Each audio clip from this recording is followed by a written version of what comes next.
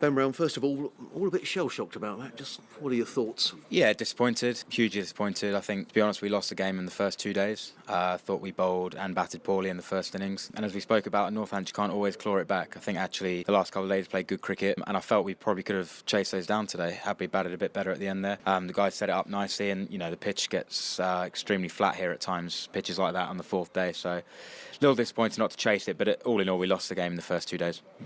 Much was made at Northampton, Ben, of a slow start, and the coach spoke about coming out quickly, winning the first session, but that didn't happen in this game. No, and it's not good enough. It's not good enough to keep repeating the mistakes, and that's hugely frustrating. It's frustrating for myself and all the players. It's just not good enough, to be honest with you. We spoke about it and we have to put it right. There's no point just speaking about it and nothing happening. So, again, hugely frustrating. I think we have to understand that certain teams will come to Hove and it'll be a big fixture, be a big scout for them to take. And if we're not 100% on the ball, they'll outplay us like they did. I thought, the first morning had a bit in the wicket. It was the best time to bowl. We didn't use that time at all well. I think there were 120 at lunch. It's far too many.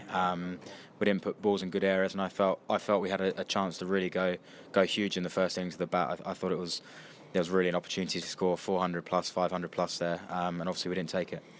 A lot of people around the ground on that first day, Ben, were saying, why on earth didn't Sussex bat first? It looked like a good track. It was a sunny day. Why didn't Sussex bat first, Ben? Yeah, not a bad pitch at all.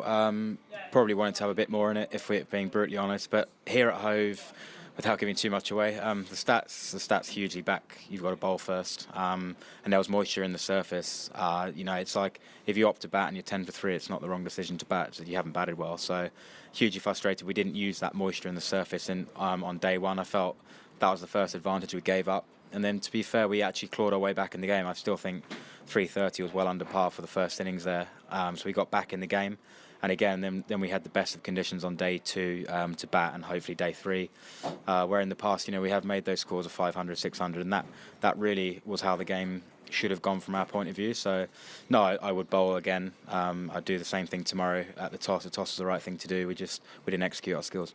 In terms of chasing runs, it was a game perhaps Sussex should have won, losing 7 for 77 after tea. I just wonder, looking back to the T20 campaign, that loss at Lords, the game against Hurricane Kent, does it become almost like a problem where people are thinking about it's a problem to chase down targets, like, for example, at Colwyn Bay?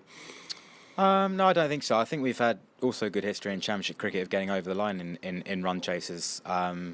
So I can think of a few good run chases off the top of my head, but I think, in terms of winning key moments, I think you'd have to look at the season and say we haven't done that as a general with bat and ball. So that's fair enough. We've fallen short in the 3 competitions, and we have to look at the reasons why, and whether we're losing key moments in key matches, for what reason we're losing. We've had a pretty honest chat in the dressing room of how we've got to move forward and get better, areas to address, and there has to be some reason why we're not getting over the line in terms of competitions in all 3 formats. Promotion has gone. I can tell, looking at your face, that really hurts, Ben. Yeah, absolutely.